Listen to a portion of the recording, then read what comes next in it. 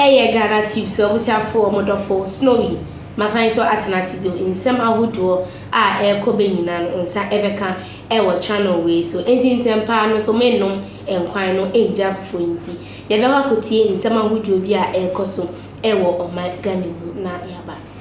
And the special prosecutor did not only talk about Kenneth Royata today. Coming up next, still staying with the special prosecutor, is pursuing some officials and former officials of the National Petroleum Authority in what it says is a 280.5 million cedi corrupt scheme. And also he gave an update on Sicilia Dapaah and matters arising. Dennis Paweri with us is still with me. Dennis, what did the OSP say about these cases? Well, so the OSP is back to the National Petroleum Authority again. If you do recall, the very first time he addressed this matter on the former finance minister, he did also indicate that there was a matter that we're investigating at the National Petroleum Authority.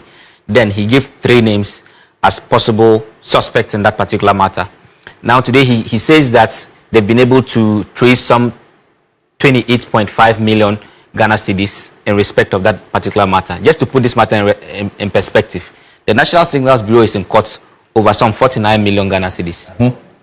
This is about 6 times, approximately 6 times that amount of money. 280.5. Yes, and if you look at what he says as to what the money has been used for, it has the same semblance as we have seen in past allegations. So this involves some high-ranking and other officials, and he says that they are involved in what he says a corrupt scheme of using public office for profit. The details he says they will come later because he officially prefers charges against some individuals. That's when we get to know who is responsible for what and who has taken away what. But he says there's a big one at the NPA.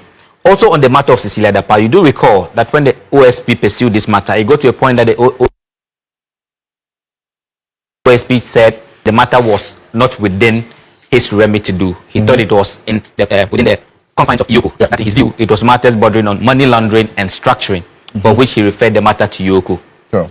The Attorney General then would advise IOCO that no, she should return, that's the executive director of IOCO then, return the docket back to the OSP because it did not have any basis. The explanation was that there was no there was no predicate offense for which the allegations of money laundering would lie, and also that when they requested for further documents and the findings of the OSP, they did not get seen.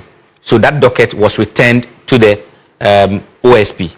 Now we are learning that with the new administration, IOCO, under a new administration, thinks that there's something in that matter that they need to revisit. So they've requested for the docket from the OSP, and the OSP has handed that docket over to the OSP.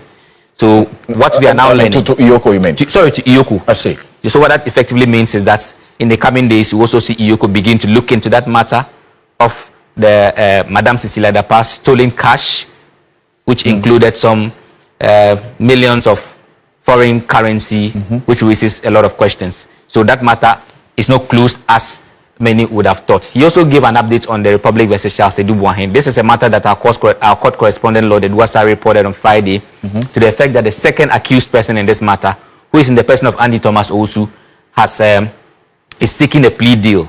That is to say, he wants to go into plea bargaining with the prosecution, either for a lesser sentence, so that they don't even go to trial or that kind of thing. So that's that by way of updates. But in the coming days, the OSP is under an obligation to give us a half-yearly report.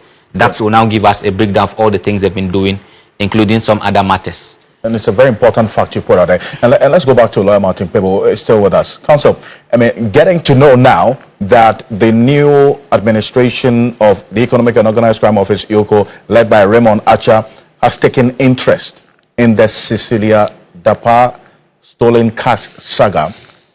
Comes as some refreshing news for you, looking at the consistent interest you have in this matter, as many people as well. Oh, certainly, absolutely. Yes, it's good that Mr. Raymond Archer has asked for the file on Sicilia Dapaah. It's good. I mean, it's good. It's restoring some confidence that, yes, we are going to get justice. I'm sure Gamanche, Kentucky Tech, the second, will also be very happy to hear that Mr. Raymond Archer is taking the file back and he's looking at it. We are also once again in court. You know, we sued IOCO, AG, on this matter because Godfrey Dame had given a legal opinion that Yoko cannot investigate Sicilia Dapaah because there's no predicate offense. That's to say that there's no proof what wrong she did before she got those colossal sums of money.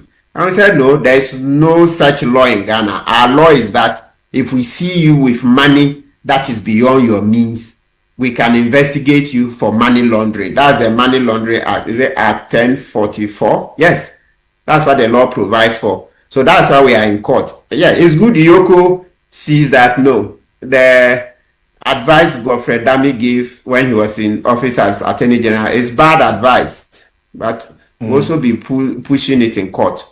Yeah, so that we'll get a formal legal decision from the courts that no Attorney General should ever give that kind of bad advice again to Yoko.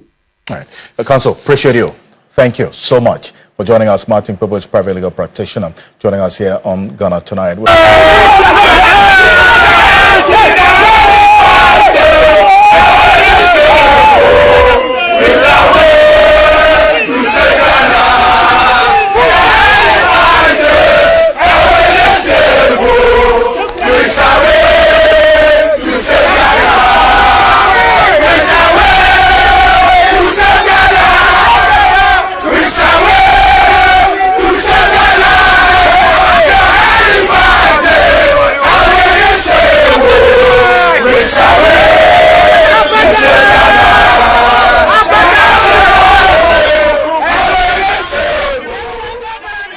Well, these were the scenes outside of the Economic and Organized Crime Office some few minutes, in fact. It was just a little over an hour ago when all of this happened. The Ashanti Regional Chairman of the opposition New Patriotic Party, Bernard Entwi-Boasiako, popularly known as Chairman Wontumi, has been released from the custody of the Economic and Organized Crime Office, EOCO, after successfully meeting the bail conditions. Now, the General Secretary of the party, Justin Kodia-Frimpong, confirmed his release earlier this evening in an interview with the media, who also were stationed outside of the EOCO offices today. Take a look.